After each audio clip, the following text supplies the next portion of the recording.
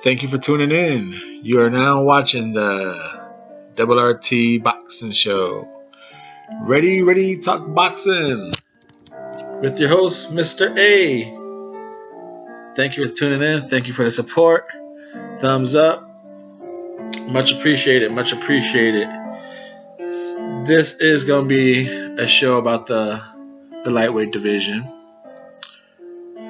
A division that right now for the first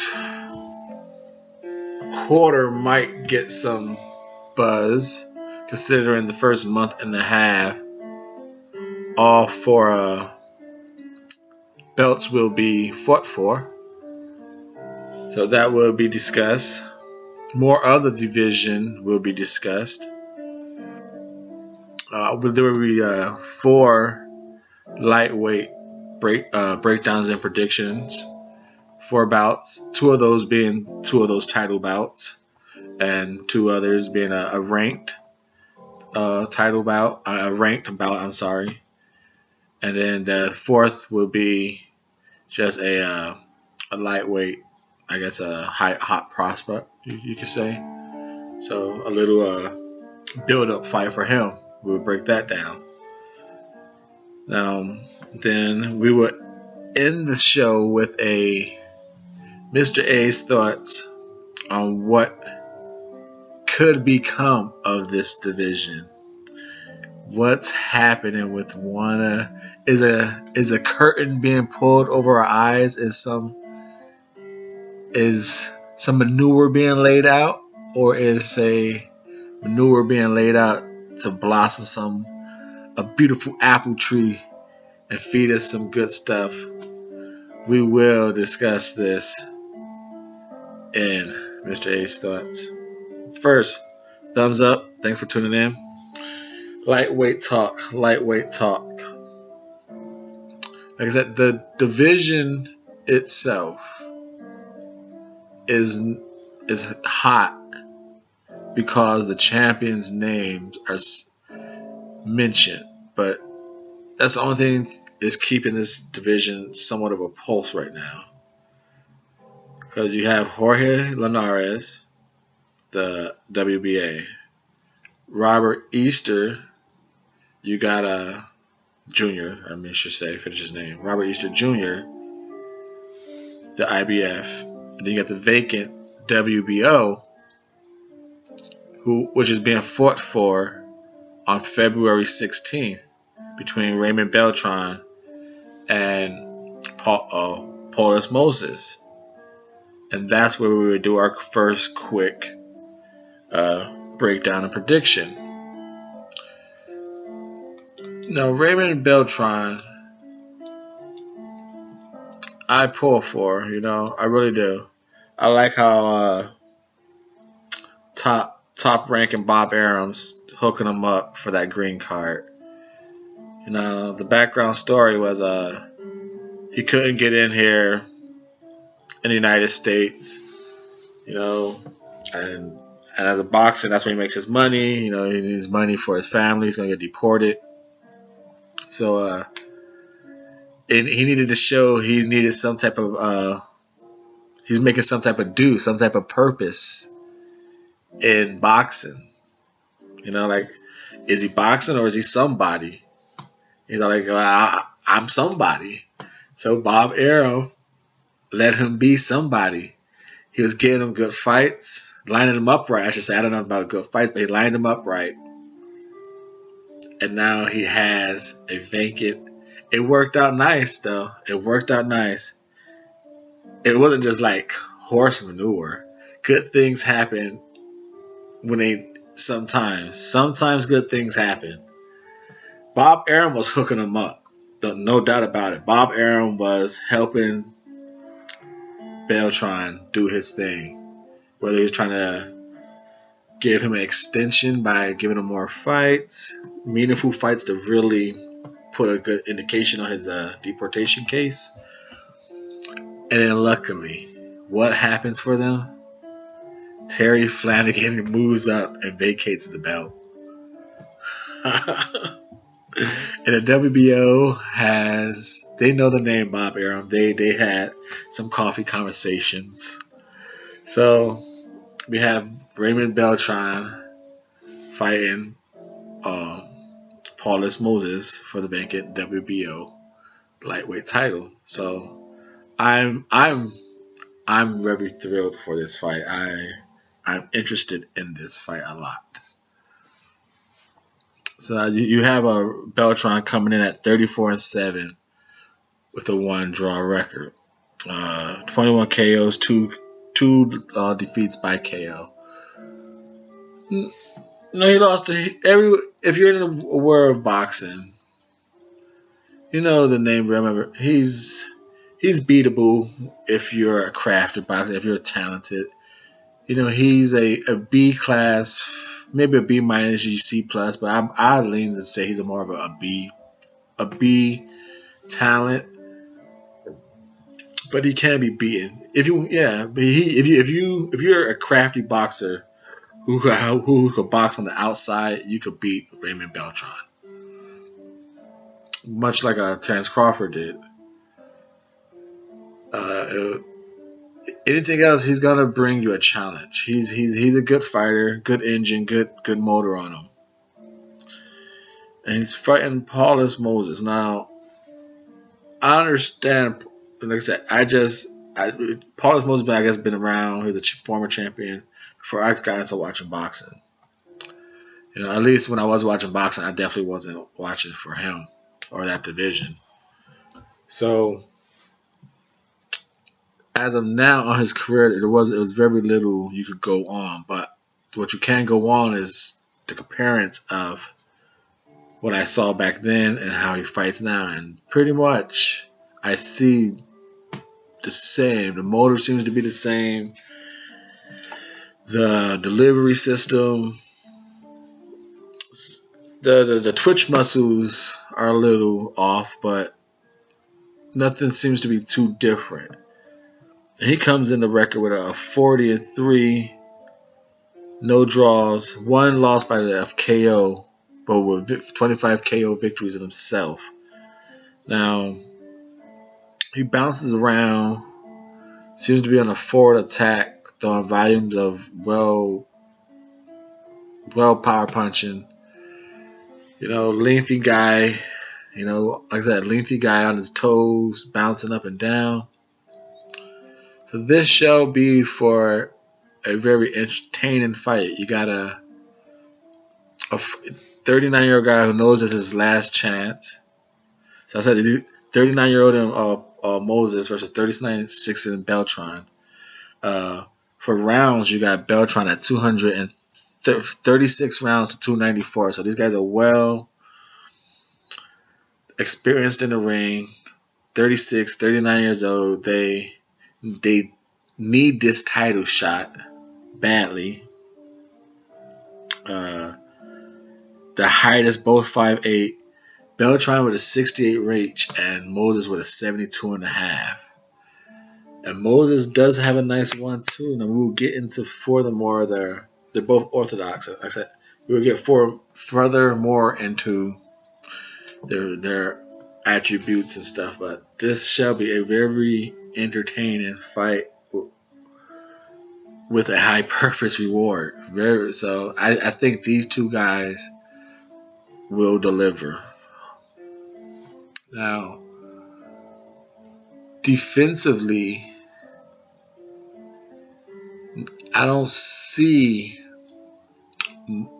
much one of these guys taking a step backwards to create a stronger defensive presence. You know,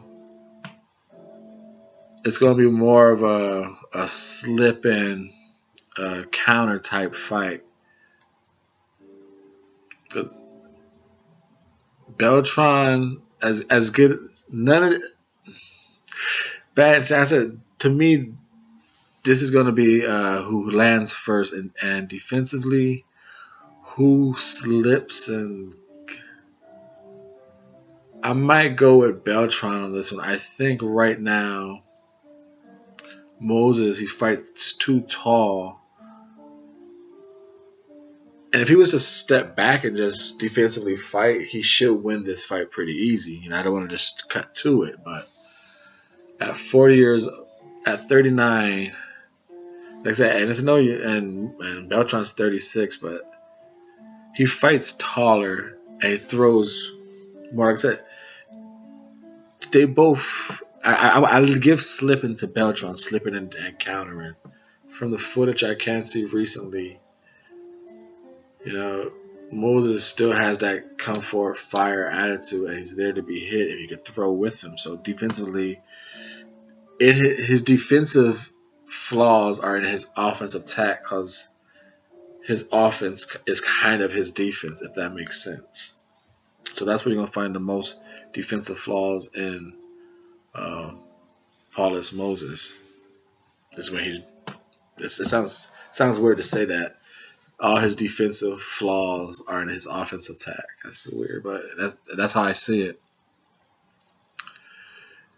And defensive, like I said, I believe Beltran has better slipping ability to counter within Moses.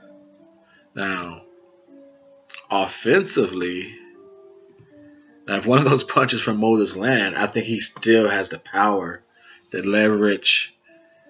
You know, jab for jab, I believe his jab might be stronger than Beltran's, to be honest, because he's lankier. He seems to have a look at that 72-inch reach going. He's on his toes. So we haven't even discussed feet and legs yet. So, that's a nice strong jab for jab. Definitely going with Paul S. Moses.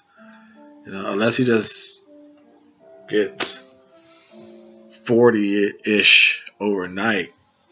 The footage I've seen, he still has his ability. You know, he might slow down in the later rounds, but for the most part, he still can go. You know, for his age and for what I've seen, it's not much out there, but going on both. Now, Moses, he will throw the combinations at rapid speed. He has the hand speed over Beltran, and I believe he has the power, the hand speed, the jab. I don't know if he has the combination variation, or because even though Moses has the speed, I don't know if he wins in the speed variation. You know, if you're throwing all your punches at one speed, yeah, they're sharper, but they could be timed. You know, but I believe Beltran, when it gets down there, inside game, I believe he's a little more controlling at a tempo and could get better shots with and he's, like I said, this leads into the feet and defensively, or just feet and legs, how you want to look at it. With his shot, I believe Beltran has a little more hop to the side to give him a speed variation, set up punches for inside combination attack. I think it's in the inside combination and the inside attack and speed variations and all that good stuff. I'm leaning to Beltran. Outside game, like the speed and the jab power and all that stuff, I'm going with Paul Desmolo. It's just he's on his balls a lot, so he's ready to attack, and he gets all his leverage and he takes advantage of that 72.5, and he takes advantage of everything in that air delivery. Whereas Beltran, you know, he's there to be hit. You know, he's not the greatest slipper. You can't catch him. So, like I said, he's a come forward fighter with his feet. He ain't gonna give you a lot of in and out. He's gonna try and, you know, walk you down and, you know, slip and slide. You know, that's his defense. You know, so his feet are somewhat stationary-ish. You know, he's not walking in fast. He's not back foot fighting. You know, he's not darting in from an angle. Like I said, he only hops side to side so slightly in the inside. but you know, he's like I said, he's a C plus B minus. Oh, you know, he's a threat. He is a threat. You know, you gotta be on your P's and Q's. While Paulus, feet wise, he's in and out. He's pressure. He covers a lot of ground quick. So if he was to take a step back and jab you, he'd be a difficult person to reach. You know, he could. That's very interesting. That is very interesting. So that is for the WBO. And once again, this is the Double RT Boxing Show. I am your host, Mr.A. Thumbs up. Thumbs up. That is going to be a very interesting vacant title bout for that WBO lightweight title. Raymond Beltran, Paulus Moses, February 16th. Now, their competition, the WBO. Let's talk more about that division. We discussed what it is of, you know, the news of this division. It's just the belts. That's what we know. Who are we saying? Okay, cool. That belt that bout leaves us where? Where does that bout leaves us to? The WBO lightweight division. Number 8, Dwan Jordan. I understand you might not always hear number 8s, but there's some divisions, you know, you hear, oh wow, that's where so and so's at, that's where this person's at, that's where that person's at, and you slowly hear their name climb up. You know, even if you're not that division follower, and you're, you know, whatever level you're ranked as a boxing fan, you know, but you hear players, you hear the players in the rankings, and I do give this division some credit. You gotta, I went through this division, and the top 15 of all the organizations are not really scheduled. There might be a few, but about 90% of the top 15 in each organization is not scheduled for the first quarter, at least up until April, I think. April 1st, no one's scheduled, and that's no, not no one, but there's a few. One of them is Felix Verdejo. He's coming on the March the 17th, and the other is Richard Commey and Alejandra Luna, which is our breakdown and prediction. That's another one. So that's why we are discussing that. It's not much happening with this division. Like I said, now give it credit. A lot of the fighters, eventually all the 15, they either fought in the first quarter or the last quarter of the year. There wasn't much mid-quarter action for this division.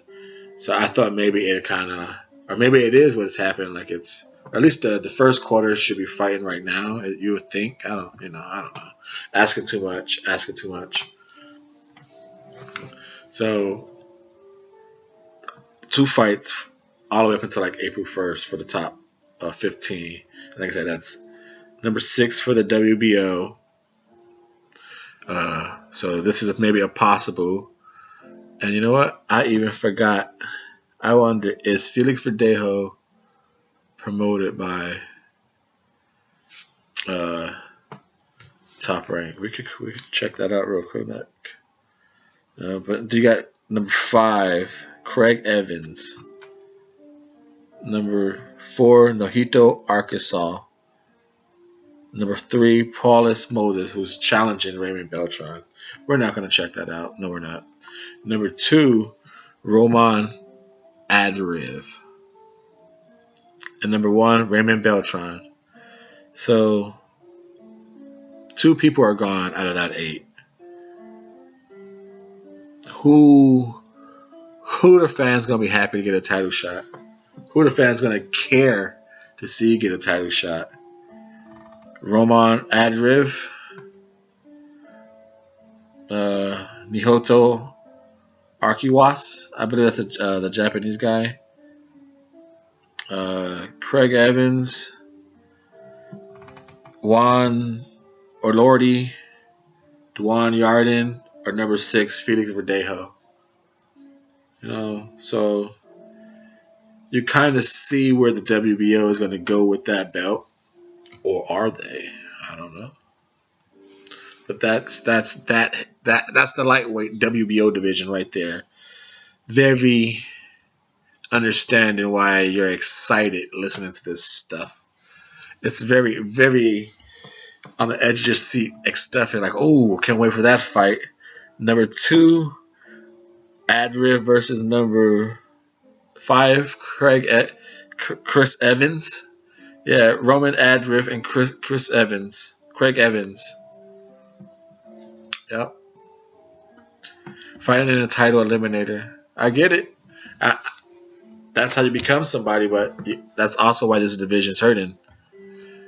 Now, give it credit. The other fight that is happening, Richard Commey versus Alexandro Luna. These fighters, this is how you get a breakdown and prediction right here on Double RT Boxing with Mr. A. You know, these fighters who are they? Number 2, they are somebody. You know, of course they're somebody, but Adriv, find me someone who knows the conversation. Talk about. Tell me why Yarden could beat Roman Yardev. Tell me why. Adriv. I'm sorry, Roman Adriv. Tell me why. Even that way. Tell me why Roman Adriv could beat Dwan Yarden.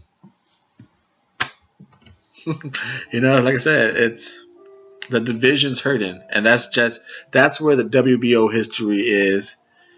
And the other people who are active is Alejandro Luna, who is number 13 in the WBO. So maybe this fight against Richard Commey could be the first title defense as a warm up. You know. But I seriously doubt that, and we'll discuss that a little later in the show. Don't you go away. Don't you go away. Stay tuned to the Double RT Boxing. We will discuss a lot of the WBO. And Luna takes on Richard Commey, who is 4th in the IBF. He's number 4 in the WBC. And Commey has a very impressive record, like 24-2. His 2 losses come against probably his 2 most well-known opponents. So you can look at that how it is. You know, and it's fair to say his 2 losses against those 2 well-known opponents, who are Robert Easter Jr., the IBF champ, and Denis Shabanov, who is not ranked in the top 8. I'm not sure if he moved up or not, but he's not ranked here. So, questionable losses. There's only 2 losses. So that is who Alexander Luna is fighting. And that breakdown, my folks, is on the undercard of Jorge Linares taking on Marcito Hesca, by the way. So if you are interested in this fight, that's where you will find it. This has a lot of writing on it, because I do not believe he can, but I don't think Richard Commey could take a loss to Alejandro Luna. This is a very tough position for Luna to be in, but for Commey to be in. But Commey is a player, you know, that's what it's about, is taking on tough fights, and I do rank this as a tough fight because Luna is at the bottom of the rankings, but he hits hard. He hits hard. He's hungry, and he's very, very easy could be given, I guess, if you want to say upset over Richard Commey. Very easy. You got Commey, who is faster with his hands. You know, he's a you've seen against Robert Easter how he can go bang for bang, you know, buck for buck with you. He could bang with you. Has a little bit of a 1-2 with a hook behind it. Combination. Body attack. Now as for Luna, he's not as fast hands. You know, he's more of a methodical, wear you down fighter. You know, body attack. Understands the importance of a body attack, how it will wear you down. Given his ability, he's not gonna dart in and out like a Commey. Not just gonna rush. He's better at going forward than backwards, you know, Luna. So that being said, Alejandro Luna is 22-0, folks. El Charro versus the Terminator. See, already the Terminator is gonna try and kill this dude and take his horse.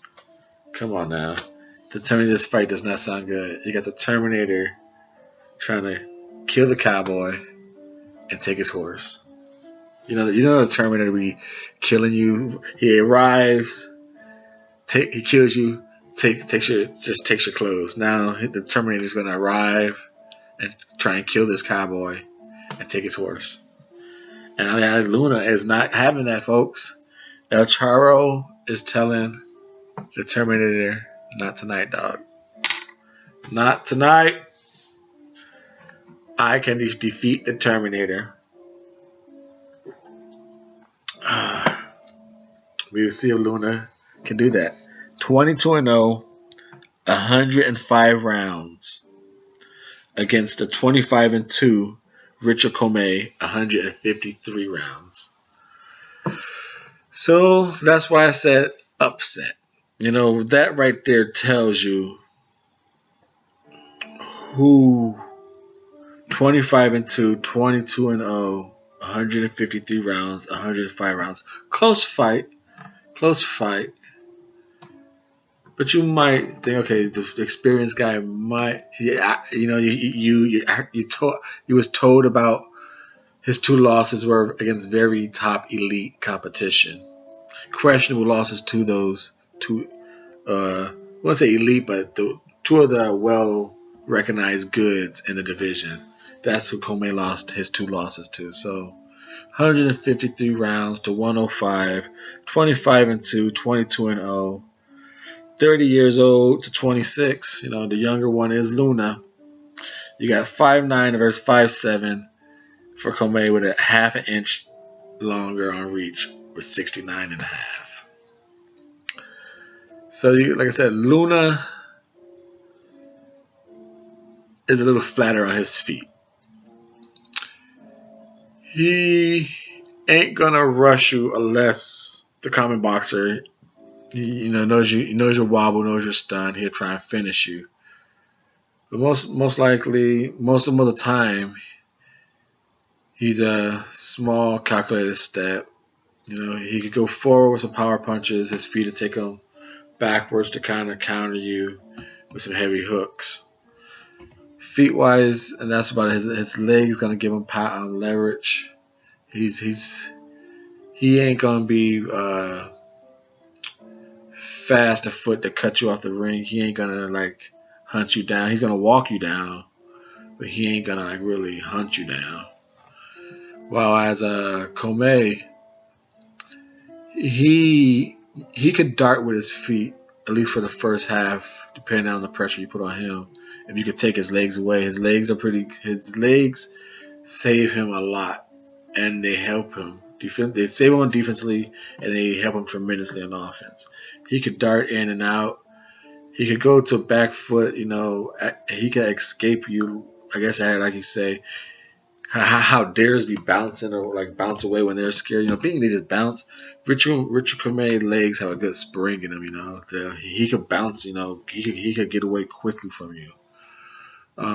He's pretty limber with his legs. He could duck punches. His feet they could be wide at points, so you could really catch him. But you could catch him off balance with a good shot. You could hit him if you hit him flush with his feet. They're a little off. Now you get Luna and Commey. You think the faster feet in and out. You 153 rounds, 105 so far. You're looking at Commey got this, right? Commey got this. Then let's say how can Luna do this? Well, the feet ain't looking good for Luna. It look like he's gonna be kind of stuck in quicksand while Commey go in and out on him.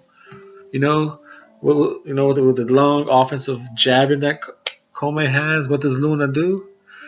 Luna has some good well played. He understands the body attack.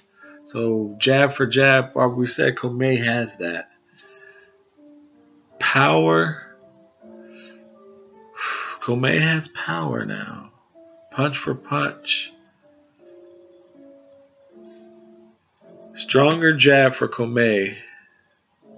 Stronger hook for Luna. But it should be, don't hook with a hooker, but you know what I'm trying to say. Commey could hook you out. He'll hook you up. You want to go out? Commey will hook you up. But Luna, guys, they seem to be shorter and crisper. Luna got some, they're not as fast in the combinations. So like I said, the combinations we will give to Commey. The speed variations, it's kind of hard because Luna ain't going to give you no more than like a 3-piece. But unless you're finished or being hurt here, as the normal boxer, he tries to finish. But speed variation, I guess, I will give that to Luna. Commey tends to just fire off in some hard spurts to me. Some really hard, 1-2 or some hard spurts. But Luna, I think Luna's a little more, due to he ain't got the gas tank to fight like Commey. He changes it up a tad bit more to me. So, but offensively, can these guys fight on the back foot? Luna to me is, if you could get Luna going backwards. Now he can fight back foot if he's choosing to be the one taking the steps backwards. If he's choosing to be the counter. Now if you could press and wear him out and get him going backwards, is different. He's not as effective, But when he's the mastermind of going backwards, he's pretty well at timing his counters. Where Commey is a pure just, I could jab and keep you away from your boxer, like kind of defensively, like to survive. If he's hurt, that's the really time you're only going to see Commey. Commey is going to come at you with his offense, and he's coming at you to hurt you. The only time you can hurt Commey is if you're in there battling with him, because he will engage in combat and leave himself open. Throw a 1-2. He'll try and hook low, so his hands will be wide and open, so you can connect through with him.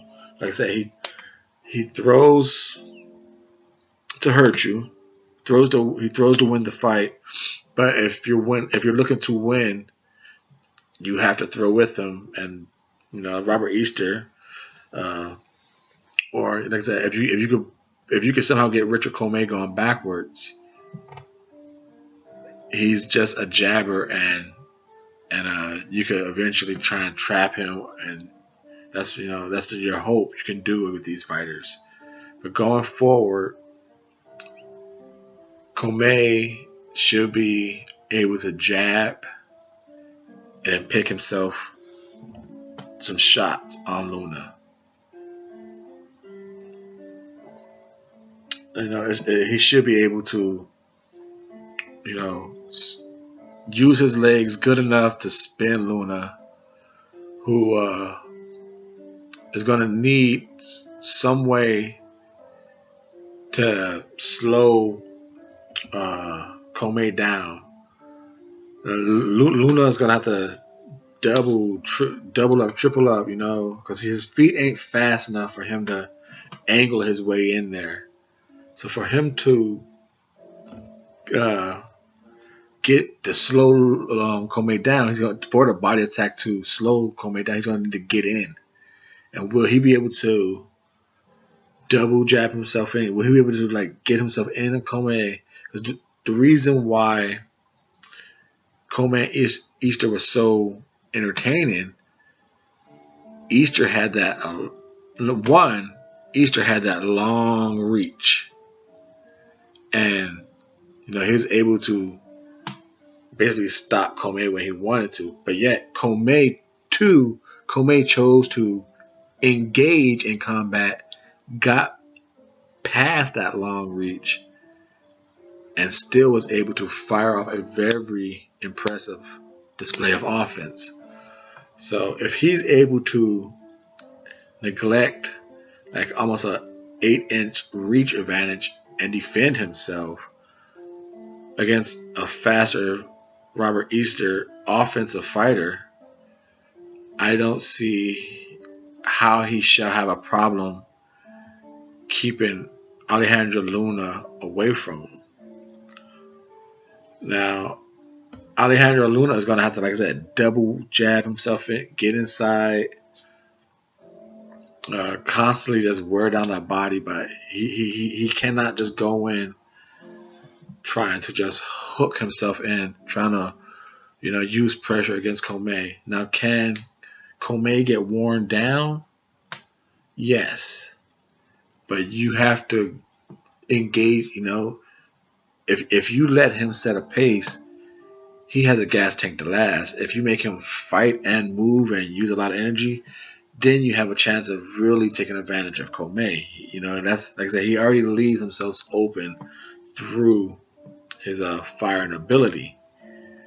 But if you make him use his gas tank, and in the later half of the fight, you have a better chance of hitting him. Now, can Luna make it to that second half of the fight and not jab himself in? Now that's going to be a highly question of this fight. Can Luna put enough pressure behind a jab, a double jab, and then start hooking himself to the body? Will he be able to add damage to a Commey's gas tank? Because I do believe, as good as Commey can fire and bang with you on offensively, he gets a little winded in the second half of the fight. So, and Luna does have a decent body attack game. So if Luna could get inside behind, doubling up behind that jab, and will he be able to add more damage for depleting Commey? Then things will get interesting about the 10th, 11th round. But if Luna's not, like I said, Luna's a little muscular dude. It's funny because, like I said, he's ranked number 13th in the WBO and 10 in the IBF, I believe. Was it 10 in the 10 in the IBF, 13th in the WBO. I seen this guy and I didn't even know it. I seen him twice on the PBC and a top ranked thing. Looked it up. I'm like, oh, this is this cat. I remember this cat. And so it's good to see that if you do have a good memory and you're like, oh yes, they were on TV, Mr.A. Yeah, that's so and so. That's cool. That's awesome that if you actually do remember that, because we cry a lot about this and that in boxing, blah blah blah. Where like, okay, cool, we want boxing, we want this and that, but realistically, hey, let me walk in your house and buy your bike. I want your bike, but I only got $5. You want $50 for it, but I want it. But here's $5. That's how boxing is. We want this fight, but they only got $5 to give us this fight. I could give you number 13 and versus number 10. You know, let's work something out at first. And when we do get that fight, we're like, what is this fight? You know, that's nothing. So when there was 13 and 10 becomes like number 8 and number 12, you know, when they kind of move a little bit, you know, or 8, actually 12 is now about like 8 and 7, you know, you guys get it. Like, we don't appreciate the opportunities we do get to see these names. You know, it doesn't mean much. You know, that's what it is in boxing, man. But other sports, you see like a football team, basketball team, hockey. They watch it, you know. They know about that crappy team. They know who's good on that crappy team. We can't tell you who's good in the top 8 of the WBO. You know, name any division, and this is just the lightweights. You know, is Felix Verdejo really good? You know, he's a name. You know, Richard Commey, Alejandro Luna. You know, they at least, you know, Luna was on TV. You know, we got to see him. We didn't show our appreciation to him, but that he is fighting Richard Commey. So back to the fight, you know, will Alejandro Luna be able to get himself into the Richard Commey offense attack? Because without jabbing himself in, he's going to be a long night. And that is breakdown. We will get into our predictions. Don't you worry, folks. Don't you worry. Last year was not a solid, successful pickings for Mr. A. Will this year be different? Oh, golly gee, we hope so. Golly gee, we hope so. Tomorrow, the 6th, well, by the time this video goes up, today is Isaac Dogbo and Juarez. That will be my prediction number 1. So that is for the intern for the WBO, Magdaleno. You know, so when Magdaleno comes back, that is later on today. For those who have watched this, that is later on today. Hopefully you can watch that. It's like, what time is it? It's like 2 something in the morning right now. 2:33 West Coast time. So I'm up late. And that is the Richard Commey Alejandro breakdown. Like I said, Luna is 13th and number 10. 13 in the WBO, 10 in the IBF. And back to more lightweights. What do we have? We have the WBA. Now, obviously, that's Jorge Linares taking on Marceto Hesca. That is January 27th. That is the headliner of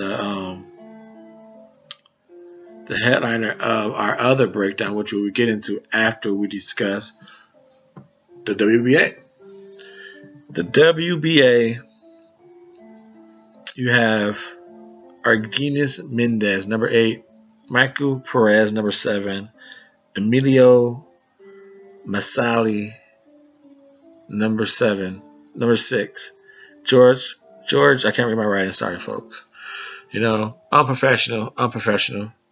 Number 4, Crolla, Anthony Crolla. Familiar with the name.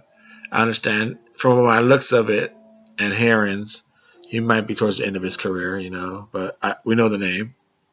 Luke Kuhan Hambu, number 3, just fought the champion. He will be around for a while. He's a young cat, you know.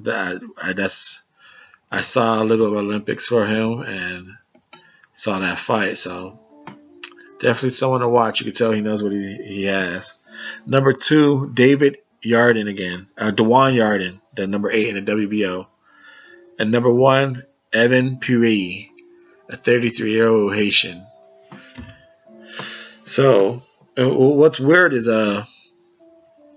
box rank had Gervonta Davis like number 5 in the lightweight, so that was kind of funny. You know, did they slip up on that? You know, but so you figure again. What name did I name that jumped up on you? I talked about a few. Corolla, Campbell. And then again, Mendez, Perez, Marcelli, George. I messed up on the last name, but do you know George? Dwan, Jordan, Paris. These are like probably like very local, well-supported fighters. Don't get me wrong. They're probably some good competition. I'm pretty sure there's probably maybe 1 or 2 fighters out there that could probably beat one of the champions. You know, I want to say Easter Jr. could probably be beaten by one of these guys. And the winner of that WBO. I'm pretty sure Linares and Mikey Garcia are probably safe from this competition for the next year, maybe 2. You know, what is the competition for Mikey Garcia?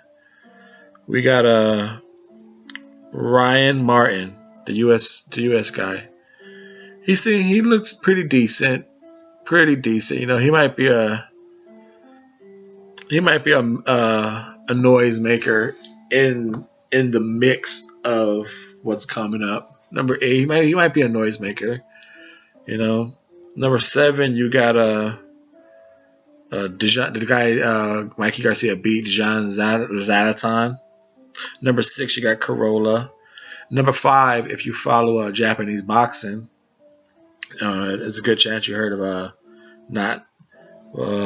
Masashi Nakataki Tai.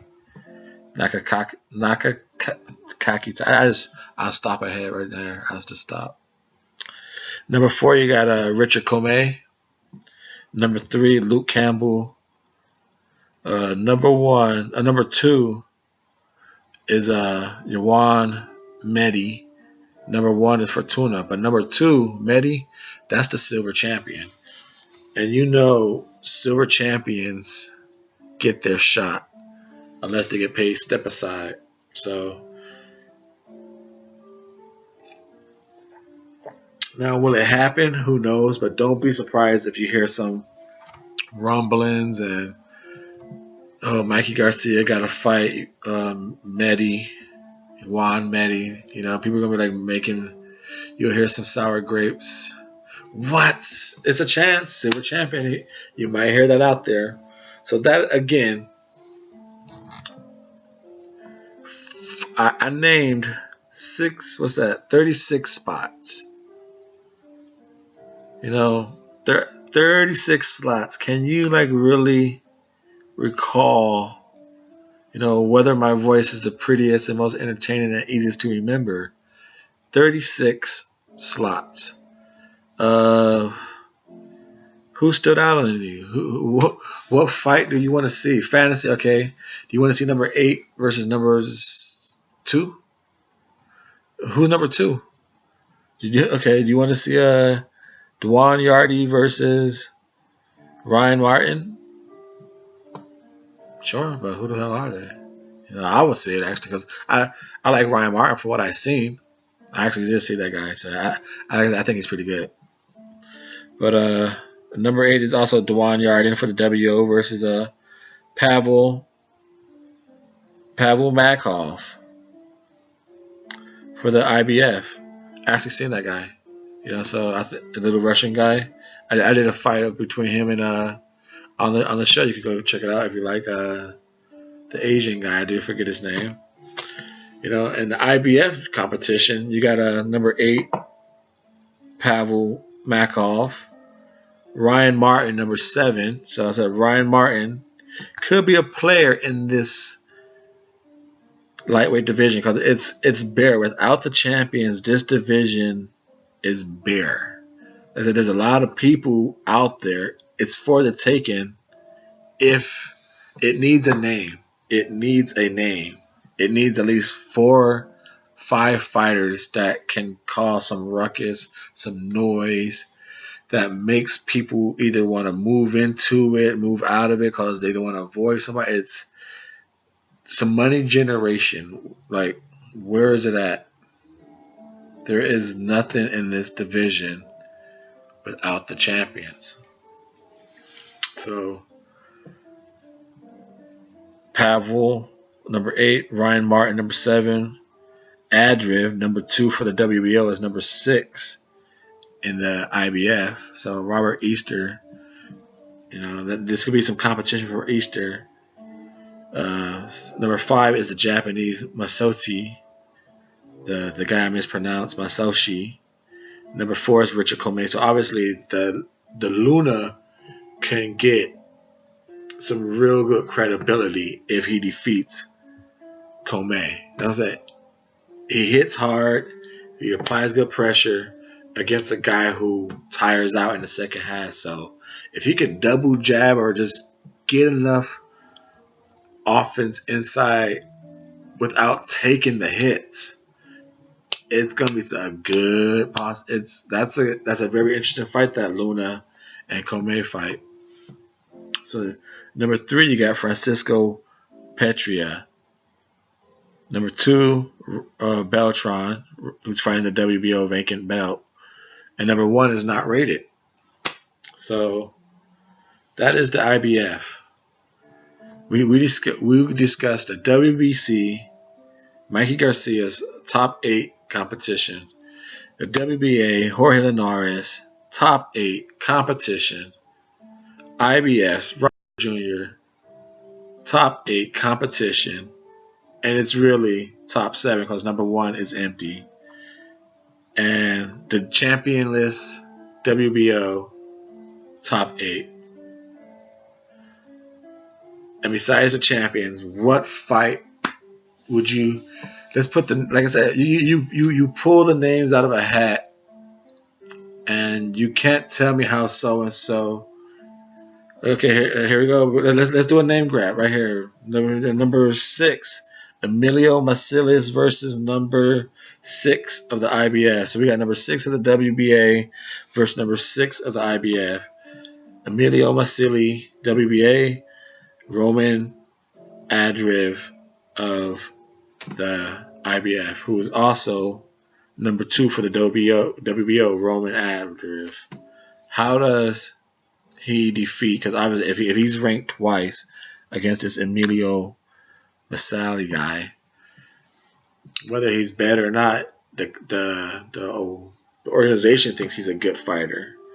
So he might be the favorite, maybe. How does he defeat Emiliano? How does he do that? We can't. So that's where the lightweight division stands. It's gonna be a tough one to push out there. So that was the breakdowns of Raymond Beltran, Paulus Moses, Richard Commey, and we just went over Robert Easter Jr.'s division.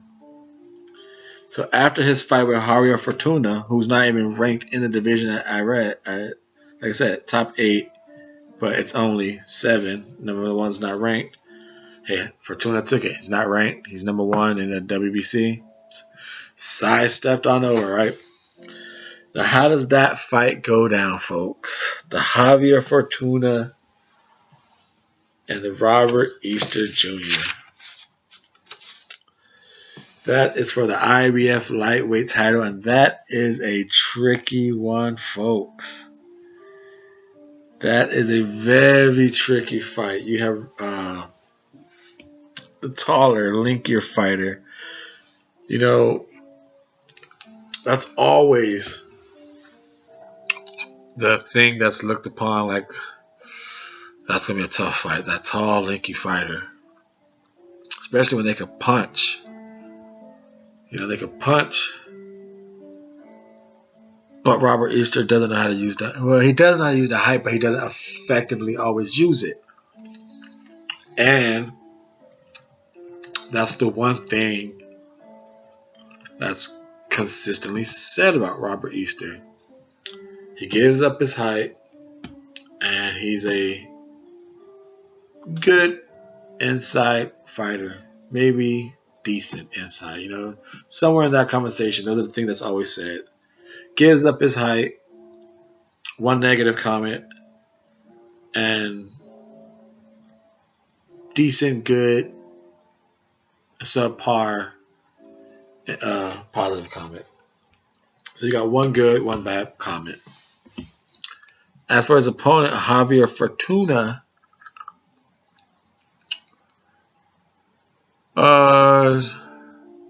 questionable chinny now. Questionable chinny, they say. Is Fortuna chinny? You know, Sosa did something, knocked him out. They say he had a mind skip. Douglas caught him. So is he chinny? Is the B not flying so high? Is he not flying so fast? You know, he's getting caught. You can catch the B now. Ooh, let's see. So you got the lengthier fighter, Easter, who has a 1-2 that's pretty decent from the outside.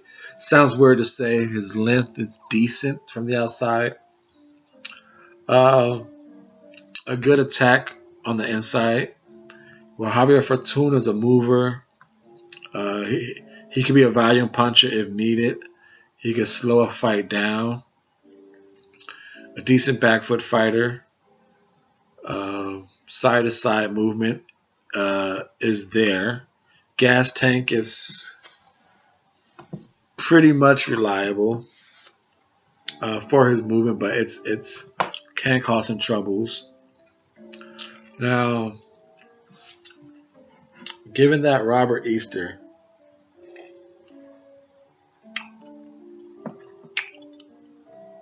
is in the news for saying a lot of stuff on Mikey Garcia, and we will get into this breakdown, but you know, you got Mikey Garcia. I'll talk about that later. I'll finish this breakdown, and we'll just talk about that and the Mr.A stuff. Stay tuned, folks. Mr.A's thoughts just might be worth 2 thumbs up. Trust me, guys. Here to entertain, talk some boxing. Ready, talk boxing. Ready. Now, defensively, this fight, it's obviously you don't want to get hit, but this fight really, to me, the winner who can control a defensive battle, like to take advantages of the opponent's weaknesses. Fortuna, he's a mover, so once in a while he will bend down, sway, move with his hands all in different spots, so you can catch him at a very vulnerable position. And you can also catch in between him punching. He has a defensive flaw. It's which fighter doesn't, but when you constantly see kind of a repetitive person being thrown with, it's like, okay, it's there. So you can go bang for bang on Fortuna and hit and land clean flesh shots. Which fighter you can't, but to me it's a very obvious. You see when to throw with Fortuna. He could be a little loopish on his shots, so that's his defensive. If it's there, and like I said, he the things he's good at, moving, also does leave him sometimes open, you know, to good chin shots. That's why I say, is he chinny? You know, he gets hit. He takes them pretty well, but there's sometimes he doesn't. Whereas Easter, he, you know, for a big man, he shouldn't get hit with the shots he does hit. But like I say, he fights inside, so you know, he does a pretty good job considering his big self is in there. You know, he covers up and rolls a lot of punches, or he, you know, gives you a real skinny angle here, just like skip backwards and skip around the ring. So defensively, but the thing is, what I do think is going to be important in this fight, though, and I don't think this gets talked about enough, or even at all, about Robert Easter, because he is a good, he's entertaining. Robert Easter, like I said, he has that jab. If he was to fight what his stats say, like I said, 20-0. Robert Easter is 20-0, 94 rounds, 26 years old, 5'11" with a 76-inch reach. Orthodox taking on a southpaw who's 68-inch reach against a 76. Robert Easter always has that advantage.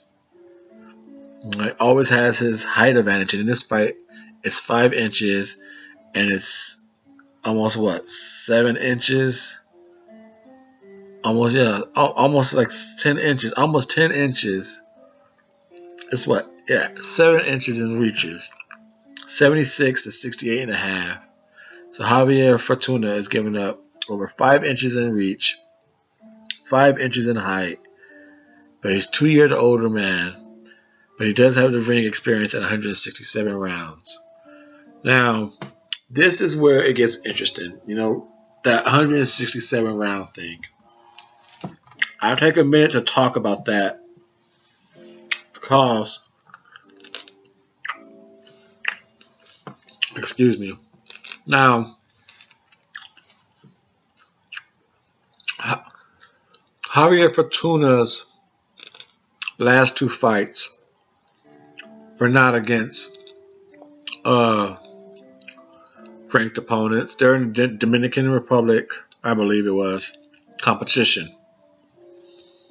So, you know how third world, for the most part, boxing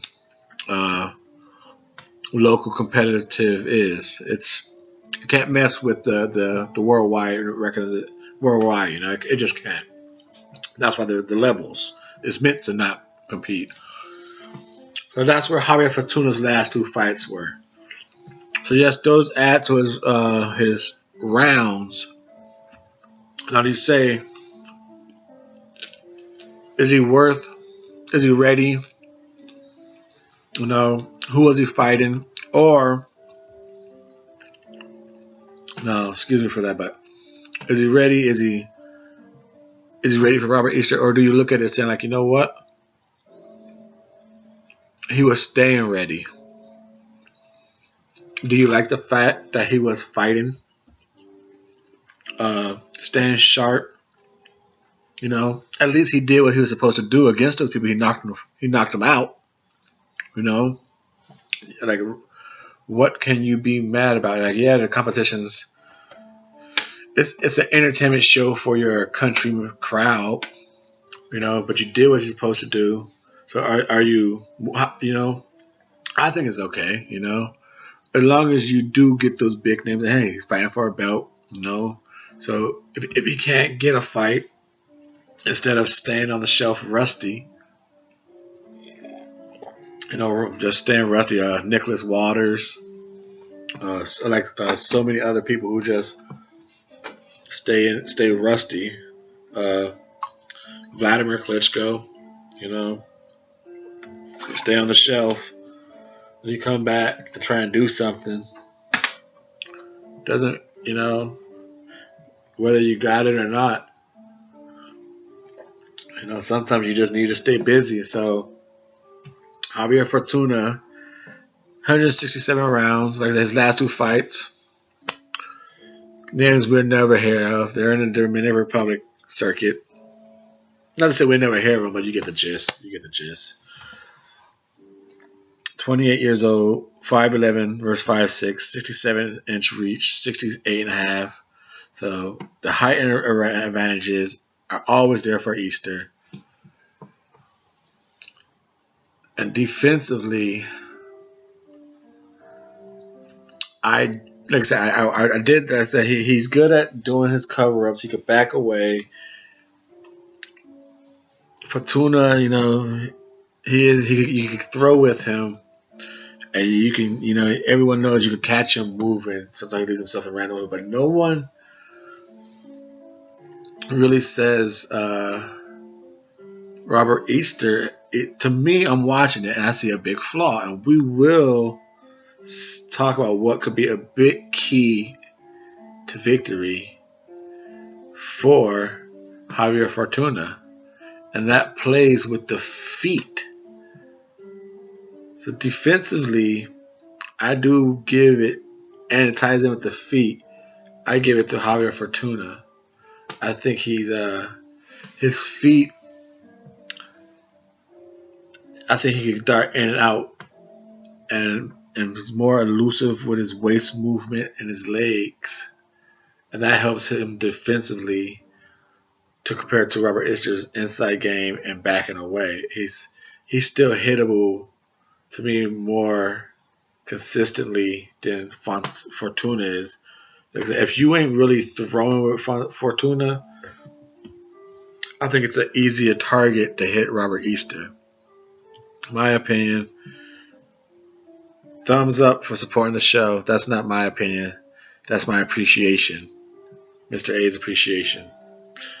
So, feet-wise, Fortuna can give you different, can freeze your offensive aggression because he's not consistently there to be hit. He moves a lot. He's good at it. He's good. His feet, for sometimes his awkward positioning, it gives him. He throws punches from, so his feet are good for him. His style. He's in and out. His legs give him nice punches. When he's planning, he can throw the combinations. But Robert Easter's feet, they either plant, they move, then they plant again. They don't do nothing. There's no feet work with Robert Easter. Like I say, it's not there. It's not there. That's what I'm gonna say. So feet easily, legs and feet. Unless Robert Easter pulls something out of the new bags of trick, feet and legs easily go to Fortuna. Defense goes to Fortuna. Offensively, Easter shines.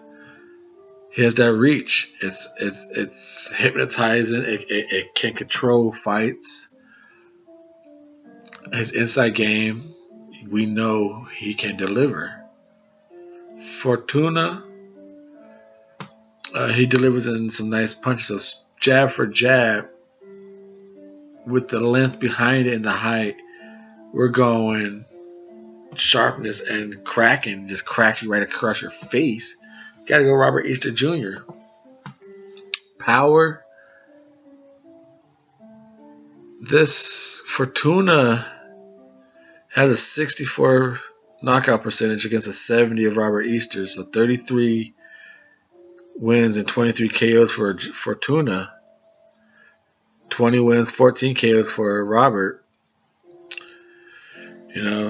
So these guys can crack. One loss for Javier Fortuna. That is a knockout loss against Jason Sosa. So who has more power? I'm willing to say when delivered, I'm leaning with Javier Fortuna on that one because it's a jab for jab. I don't think anyone's jab is going to really.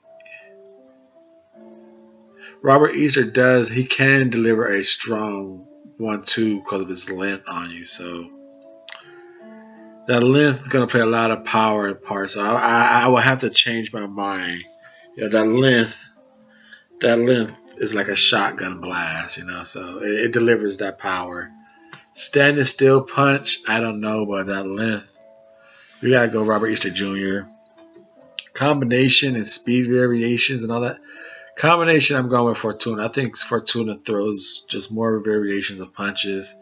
Robert Jr. is either just going to give you an inside uppercut, a 1-2 from the outside, you know, maybe a back up check hook, a back left check hook. But mainly he's just inside uppercutting, you know, hooking, and a back up jab. Fortuna, he's going to be giving you that crazy bending, off angle 1-2s and hooks, combinations as he's darting in and out. You know, he's pretty good at keeping an unrhythm type style going. So I'll go with him for a combination variation. But Robert Easter got the jab, got the power. Speed variation, I go at Easter. I think Easter's better at lulling you to sleep with some hooks, some soft up jabs in to throw that uppercut on you. He'll walk you into that powerful 1-2 of his. While Fortuna kind of does either off rhythm 1-2 and you with one of these wild hooks in this, or he'll just barrage you with a flurry. So speed variation, I go to Easter. Power with the length, I go to Easter behind it. Combination, I go with Fortuna. Now, how can Fortuna win this match? Now, this is where it gets very interesting for me, folks. Very interesting. Now, thank you for tuning in. Thank you for watching this show. I highly appreciate you staying with us at an hour and 12 minutes of the show. Kudos. I do appreciate it. My thumbs up to you. Now, Robert Easter, easily we say, wins the match. I start off with Fortuna, but I'll go to Robert Easter. Robert Easter does what he does. He's going to have that long jab. He's going to bang you up in the inside when you try and get up on him. And then, like I said, when in trouble, he's going to back away, jab you. And, you know, if you last, if you don't get knocked out by his hits, his long 1-2, and like I said, you're gonna get hit trying to get in on him. And usually he scores enough points to win him a close fight that way. Like I said, because he gives up his height, which means he gives up the immediately advantage of winning on an easy outside peppery jab type victory. He gives all that up. Now, the reason why I think that is, and it's not discussed, all that is discussed is his jab and his inside game. I do not believe Robert Easter Jr. is a mobile fighter. He cannot fight and move at the same time. He either fights you on the inside and his feet are very planted and he's throwing punches, you know, and then or he's stepping back and then he throws a jab, but he stops, throws that long jab, then he steps back or he skips away from you. You never see him walking someone down punching or back foot fighting, staying alive. he can't move and fight at the same time. He's not a mobile fighter. It never gets discussed. It just where, you know, like I said, what he does is good. That jab, very effective, controlling the inside fight, impressive for a big man. And said defensively, it gets overlooked because he gets hit on the inside. So that is what's talked about. What isn't talked about is his biggest flaw of all. He can't move and fight at the same time. So if Javier Fortuna, who is a mobile fighter, and don't tell me he won't be able to get in on Robert Easter when Commey got in on Robert Easter, slow-footed Shafanov got in on Robert Easter Jr. So that reach advantage that he always has, 5+ inches on, can be attacked because he is getting jabbed in. He can't move back and defend himself. So if you double jab him or put pressure on him, you eventually get, because he can't defend himself. He has to stop to punch, and when he stops to punch, the on-charging fighter can attack him. So the only way he could get away is to completely skip all the way around, and then you have to walk him down again.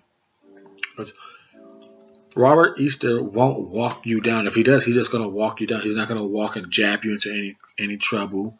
If he does, his follow-up punches are a little reachy. They're lengthy. So he doesn't do it too often. He's a stationary fighter. So if Javier Fortuna, who is mobile, who does a lot of in and out, like I said, moving side to side, who can attack Robert Easter and then cause him to actually have to turn and move and fight, it could be in some very trouble for Robert Easter Jr. because in questionable fights that people say there's a chance that Robert Easter Jr. have lost his belt is one, his title defense. You know, you can find some people who say like, yeah, that either could have been a draw or he could have lost that fight. You can find those people who are not even, as you say, Robert Easter Jr. haters, just boxing, honest boxing fans down the middle say like, yeah, I think so. I think Dennis won that fight. And you can also find honest boxing people who are willing to say the vacant title bout itself against Richard Commey, he lost that bout. So, and he won those bouts, and he looked very impressive with his jab, but he backs up, stops, and fires it. Backs away, stops, and fires it. And his inside game, where he's planted, and they're right there in front of him hitting. None of those two fighters move. So he's there to fight someone who's right in front of him. Javier Fortuna can move. He's not going to move what we see in the Matrix of Lomachenko, but Javier Fortuna can move. He won't be or he has the ability not to be a stationary type, brawlish type in front of you target like a Commey, like a Dennis. But he has the attack of those two fighters, the power of maybe even better than those two fighters. He is the bumblebee, for a reason. He buzzes, he's around. So that could be interesting, and I think that's a important key fact of the fight. Robert Easter cannot fight on the move. He needs a stationary target. So if you got some guy who knows how to box, and knows how to use the ring, and knows some combinations, it can give Robert Easter Jr. some serious trouble. It got overlooked in the fact that it was right in front of each other, barn burner action, Commey Easter, Shafanov Easter. The fact got overlooked. Just like you overlooked the Mickey Roman and Orlando Salido. There wasn't much movement or fighting or skill wise. They were just fighting. That's what Easter is. He's that type of style. Once in a while, he'll back away and then fire. He's not a so. To me, he is just like that. He's a little more, I guess you would say, showman of a. He looks flashier of a Roman Salido, a little more. I guess you want to say the African American style fighting, but basically, he's the inside fighter. He's an inside Mexican style fighter, and he's not that good defensively. So it's going to be very, very interesting if the mover Javier Fortuna can take advantage of a flat foot fighter. Very interesting. So that is what is happening in the first half and a half of the lightweight division. You got Mikey Garcia taking on Sergio Lipinets, not defending his belt in this division, so right, he's active.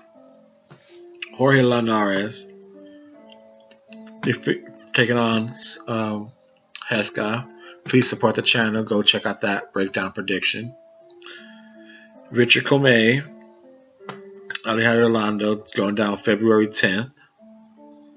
You got the other belt, the WBO, Raymond Beltran, Paulus Moses, February 16th. Then we had Robert Easter Jr. January 20th and Javier Fortuna.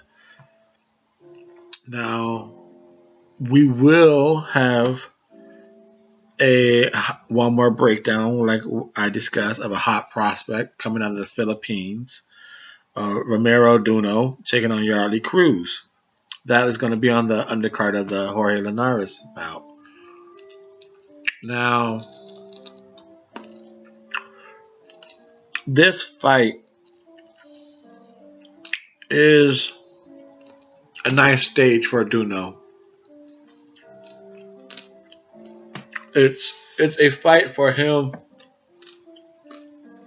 to look impressive in front of a good crowd. Now, I don't know if this fight is going to be televised, but if it's televised, even better for him. Duno is coming out of the Philippines at 15-1 with 61 rounds under his belt. 22 years old with an 81% knockout percentage with 13 KOs of his 15 victories. Yardley Cruz, 167 rounds of experience at the age of 23, taking on a 22-year-old Duno. He has a 1-inch reach advantage. Cruz does at height at 5'8", 5'7". Now Cruz is 22-9, 12 KOs, 6 KO losses of himself. Now he has fought some decent competition. Cruz has. He lost to some names that's in the rankings. He lost to Martin.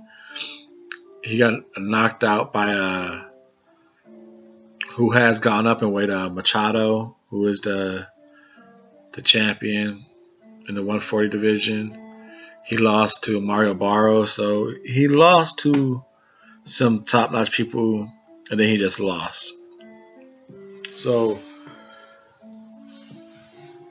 Duno right now, Romero Duno is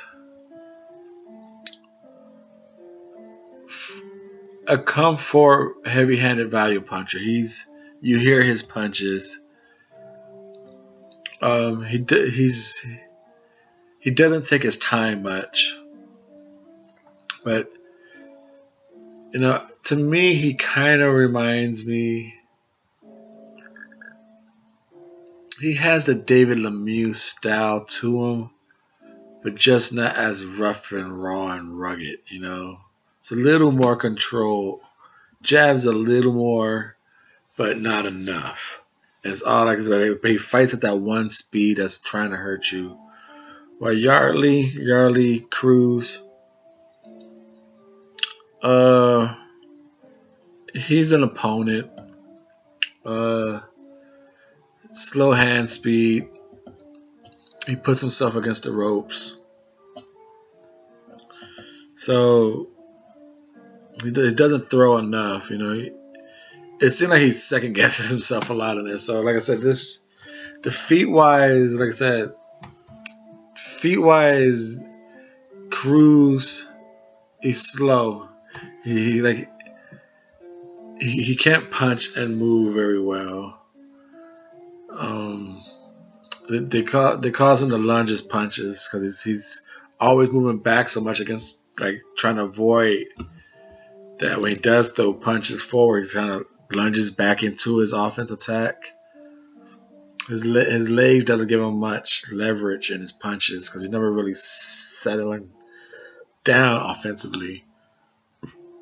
While Duno, he's pretty fast on his feet right now. He's a walker down, so you know he keeps the range pretty good, and it makes you miss, fall short, and his feet is quick enough to dart him in, unleash his combinations. His legs give him enough power, so the legs and feet are going to go to the ruthless one, Romero Duno. Defensively, Cruz, he gets hit. He backs himself against the ropes. Duno, right now, besides his one come speed, every young fighter right now, this record 15-1, 12-0, somewhere in that bracket, you have your little, hands down. Sometimes you punch, Duno, he attack. He's so willing to attack with power. He loops his hook sometimes. You got when he defensively is like his offensive flaws. A lot of the fighters, especially young fighters, they have that slow recoil to react. They cover up, so they leave themselves open during their attacks, and that's what Duno does. His recoil time and his hands ain't always high. He recoils kind of slow and low. So that is his defensive flaw as of right now. His slipping, he's going to be slipping on you. I haven't really seen much of him use defensively back legs, like to actually be in trouble, like a Lara type, fighter, a Lamont Peterson. Haven't really had to see him change it up like that. He's always a come forward fighter. So while Cruz defensively still, I'm going Duno across the board, power hand combinations, all that stuff, 1-2s, hooks. It's all Duno like that. This fight should be, like I said, it's a nice stage for Duno to come out on. Especially since I said this division is going to be quiet unless fights, even if the fights start getting made. We went over those names. You don't know those names. Romero Duno has a chance at 15-1. That's a nice record with the way boxing is being pushed with fighters. Low records, low loss. Sergey Lipinets, 12-0. Vasily, 11-0. So 15-1 can look solid. If he comes out there, which I think he will, with his power and speed, he might get hit, which I would be surprised if he does. Like something clean and good at least. He should have this guy out with a knockout with like 3 rounds or less. Duno should look really impressive, really entertaining, and it'd be disappointing if he doesn't get the fans wanting to see him again. He should. This is his moment to really make you want to see him again. It's a good opponent to get knocked, just to knock him out. He doesn't throw enough, and he just guard. He puts himself in a high shot guard. And Duno's going to come out with a body attack, them hard ass hooks to the body, the speed of the 1-2 and the hooks to the head. Cruz ain't going to have the hand speed to fire back. So I'm going with Duno. Prediction number 1: Romero Duno will knock out Yardley Cruz. Prediction number 2. I'm going with Alejandro Luno will tire out Commey and have an upset. I'm going with an upset stoppage. Upset stoppage. But somehow I'm going with Luna to win that fight, but I think it's going to be a stoppage. Luna's winning that fight.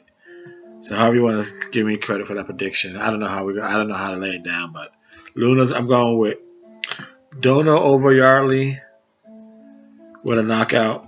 Luna with a late night stoppage of Commey. I think he tires him out. That's a pretty risky one, but I'll just go with Luna. Yeah, Luna's just gonna win that fight. Late night, the late rounds, he's gonna out tire him, and he's gonna win those rounds. I got now this February 16th fight, that Paulus Moses and Raymond Beltran. That is very interesting. Paulus has that balls on his feet, bouncing tack, that 1-2 jab, the power that hurt Beltran. Now, I don't think Beltran can handle his speed, to be honest. His hand speed, his movement on his legs. And I think it's going to be a lot for Beltran to handle. But I do believe Beltran can handle his shots more than Moses can handle Beltran's shots. And I think Beltran is just going to land more shots, or the harder shots, than Moses is going to land on Beltran. And eventually he'll land something to knock out or get a stoppage on Moses. So I'm going with Beltran to win that one. And that leads me to my final prediction right here on the Double RT Boxing Show, where we stay ready, talk that boxing. IBF champion Robert Easter Jr. will get knocked out by Javier Fortuna. I think Fortuna will exploit the fact that Robert Easter Jr. cannot fight and move. And he gets hit by everyone. So I think this time being hit by someone who can move will be a little more disadvantage for Robert Easter Jr. He's always fighting with someone who's in front of him. Now, unless he decides to totally back foot box Fortuna, he has a very good chance of winning that. But the thing is, he can't move, and he can't. That's why he fights so much in the inside. He can't, unless he's been totally practicing that and he mastered it. You're not going to see Robert Easter Jr. back foot fighting. He'll back foot stop and allow you to come in and try and jab you. His jab is, you always get in on Robert Easter Jr.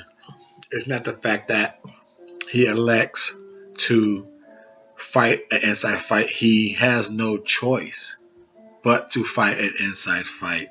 He can't fight, at least he has yet to shown, I should say. He has yet to shown he can move and fight in either direction. So I am going with Javier Fortuna, unless obviously any fight happens. Javier Fortuna can get cracked when he's throwing punches. So who can't? Unless he gets tired, but I'm going with Javier Fortuna to get inside Robert Easter Jr. like every fighter does.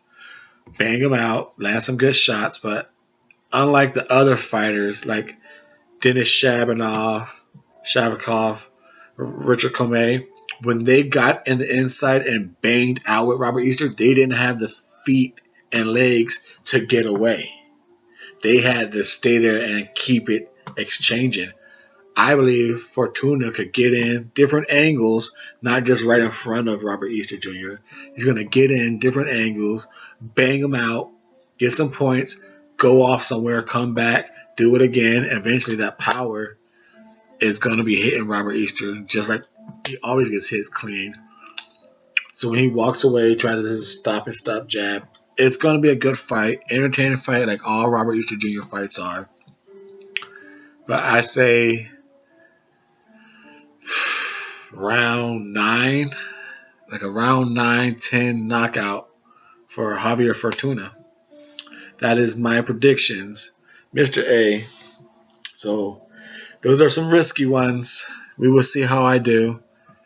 And I will see if you guys care to answer or talk about those. Again, the 4 predictions for today's show is Raymond Beltran will defeat Paulus Moses on February 16th for the vacant WBO. On February 10th, Richard Commey will lose to Alexandro Luna. I'm picking, so it's Beltran Luna on the 27th, the undercard of Jorge Linares. Romero Duno will knock out Cruz. He will defeat Cruz. And the upset of the show, January 20th, Javier Fortuna will knock out Robert Easter Jr. Let's see how I do. Now, that is my talk. Myself being Mr. A. That is my late night talk of the lightweight division. Hope you found that entertaining, but do not go anywhere yet, folks. Do not go anywhere yet. Unless you're going to hit that thumbs up button. I will appreciate that. Get the show known. Ready Talk Boxing. Now, before you leave, kindly stay and listen to Mr. A's thoughts.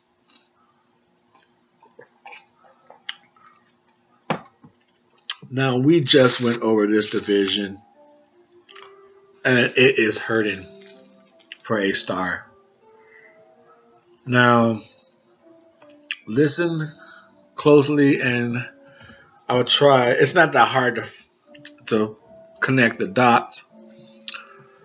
The WBO title is vacant right now. Beltran and Moses is fighting for it. The WBO has a very close tie-ins, it seems like, with Bob Arum. So obviously, if Beltran wins this fight, Bob Arum has control of that belt. And the division below, obviously, 130, Lomachenko. And what fight does everyone want, and what fight has been talked about right now in a way that's being promoted but not being promoted? Mikey Garcia and Lomachenko. Bob Arum would never give me that fight. Oh, if Garcia is ready to get knocked out, Lomachenko will fight him. Lomachenko's like, oh yeah, I'll fight Mikey Garcia if it's makeable. Yes, they both, if it's makeable. Mikey Garcia, like, he has to come up. So why come up if there's nothing available? And people are questioning. Like I said, there's nothing available right now for Lomachenko. He got forced into that Rigondeaux fight, so maybe he could have been forced or somehow weaseled. Not really weaseled, since he is the WBO champion for the 130.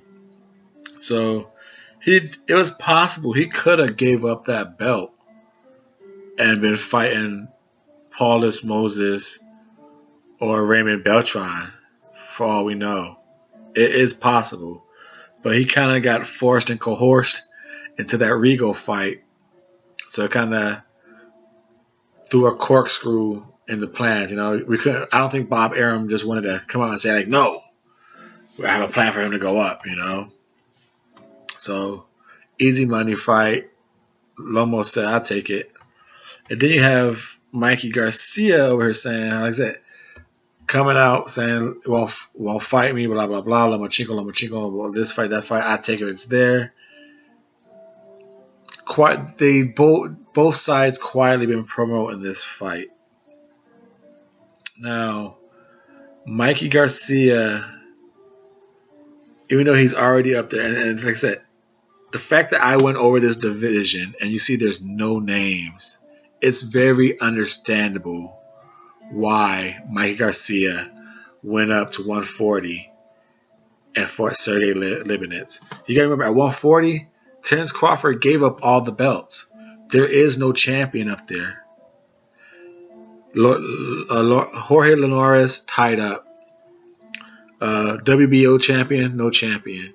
You got Robert Easter Jr. He was going to fight him, you know, but at the same time, out of nowhere, Sergey Lipinets came available. So you got a belt for belt, and maybe close to the same money. I'm willing to say, if not more, close to the same money. But we do got to give Mikey Garcia credit. Since he came back, he said, I want legacy fights and I want big money fights. He's open about it and he said it. So you could get a unification fight with Robert Easter Jr. Not a bad fight. Or, like he said, he's legacy fights or big money fights. We could shit on it all he wants. It's not our legacy. He's fighting for legacy fights, big money fights. So to go up a division, fights the only champion, like I said, a legacy fight fell into his lap. He's like, oh shit. I have a chance to become a champion at another division for the same amount of money of being a champion in my division. I take that money and a chance to add to my legacy. I see nothing wrong with this fight, and it's a tough fight. Sergey Libinets is a fast track, tough challenge for Mikey Garcia. So Mikey Garcia he could stay at 140 and have some fights, but coming down to fight Linares is going to give him more money than any unification bout at 140. So I do see Mike Garcia, like you say, he wants to come down. So if he coming down to get that money fight with Linares, shall Linares pass Heska, that's where Mikey Garcia is going to be tied up at. So this year is looking like Lipinets and Linares for Garcia if he's victorious. Then you have, like I said, Robert Easter Jr. or Fortuna. Who knows where that winner goes? You have the WBO for the second half of the year. So the only one who seems to be somewhat tied up are the WBA champions, Linares and Garcia, if they both walk what they've been talking. After this fight, they fight for unification, tied up. Two other belts, IBF Easter on the line, Fortuna Easter, who knows what's next for them, Beltran, Moses. I think it's going to start right now, the whole Lomachenko Garcia. Lomachenko is going to come up, I believe, to 135 and fight Beltran for this fight, this belt. Now, if Moses wins, it's a big cork ball, screwball, change up. But Beltran winning this fight for top rank. Now, I don't know if it's going to be Lomachenko going to cash in. If you're a WWE fan, Lomachenko is a champion, so we'll use the phrase, is Lomachenko going to cash in his 130 Money in the Bank belt and say, hey, I want the champion right now, cash it in. Give me Raymond Beltran. And Lomachenko, it'll be a tough test, but by that time, he might, be in camp, getting himself filled out to 135 because he has the skills of a boxer. He has the skills to win whatever weight class he's at that he feels comfortable at fighting at. He has the skills to win. So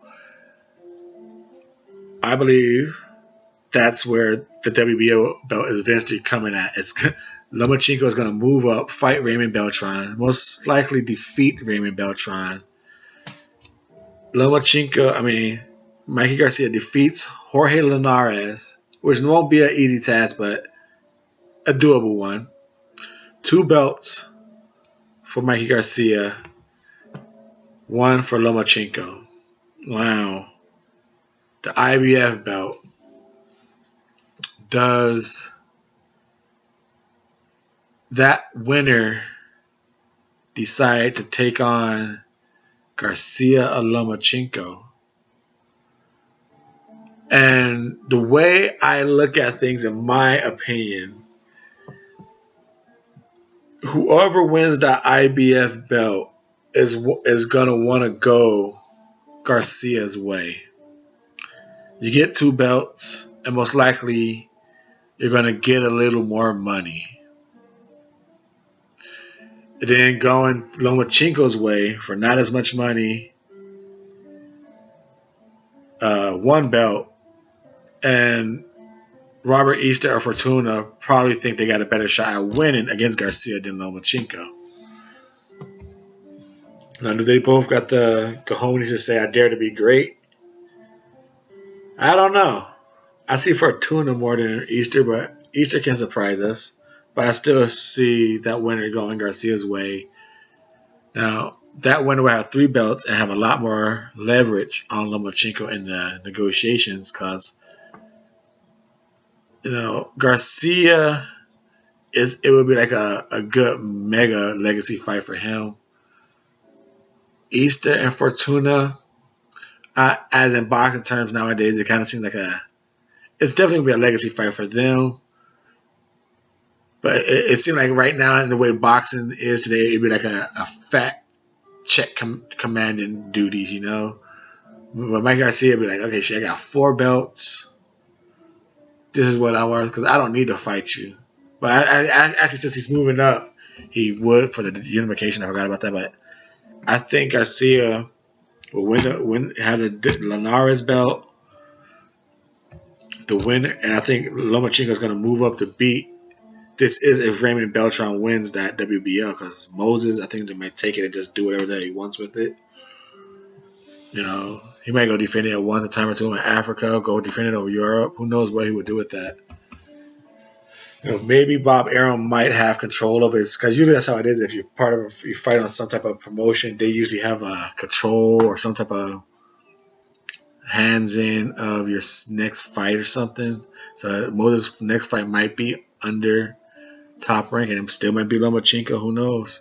So that belt, WBO, I believe somehow is going to land up in Lomachenko's lap. He's going to move up, get that.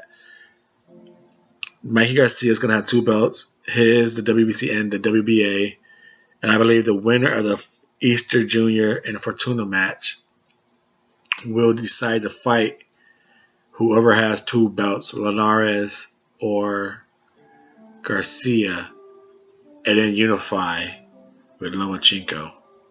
But I believe that all this hype between Lomachenko and Garcia is built to set. That's where that's going. I'm saying Garcia is going to get Linares' belt, 2 belts. Lomachenko get his belt. IBF is leaning towards Garcia. He's going to have 3 belts. A super fat unification in a dead division. Because if Lomachenko comes up, everyone wants Lomachenko to come up. Go up to 135 and fight Mikey. After Mikey, him and Linares, that'd be a pretty good, very good fight. I would love to see that fight, but Lomachenko and Mikey Garcia, a good fight. Lomachenko, Raymond Beltran, that champion, I think he's going to beat Beltran. Linares, good fight. Garcia, good fight. Robert Easter Jr. I think Lomachenko dusts Robert Easter Jr. I do not think that's competitive at all. You know, you can say what you want. I think Lomachenko embarrasses the hell out of Robert Easter Jr. It'll be one-sided embarrassment. I think he schools Robert Easter Jr. So that's why I think on that one. So he has two good fights up here, and he has Linares and Mikey Garcia, Javier Fortuna, maybe Luke Campbell, maybe interesting for a couple rounds. He's a lengthy guy, got a nice 1-2. He's a better backfoot boxer than Easter Jr., so that might be a little something for Lomachenko. But like I said, a lot of these names I don't really know, but it's no better for Lomachenko up here than it is at 130, besides the Mikey Garcia fight. But everyone wants him to move up to 135. There's nothing for Lomachenko up here. He's better off at staying at 130 and dominating for at least a year or two. Or if he wants to come up here, like I said, it's a money fight. It's one money fight up here. Mikey Garcia, maybe Jorge Linares. It's an easy unification, undisputed champion at 135. It's easy to get undisputed if he feels highly of himself that he can really beat Mikey Garcia and Linares. If Lomachenko believes that, and I think Garcia believes that, and I think that's why he's going to come back down. It's an easy, undisputed pathway. That is Mr. A's thoughts. Lomachenko, Garcia, undisputed fight, light heavyweight, 2018, beginning 2019. Thumbs up the video. Thank you for supporting the Double RT Boxing Show. Ready, talk boxing. I am your host, Mr. A. Saying thank you for watching. Thank you for tuning in. Thumbs up the show. Share it. Support it. Leave comments. Much love. Always appreciate it, guys. Ready, talk that boxing. It is late. Oh, we did not stop it. Are we going bonus time? Bonus time. Ready, talk that boxing. Ready. Thank you, guys. Thank you.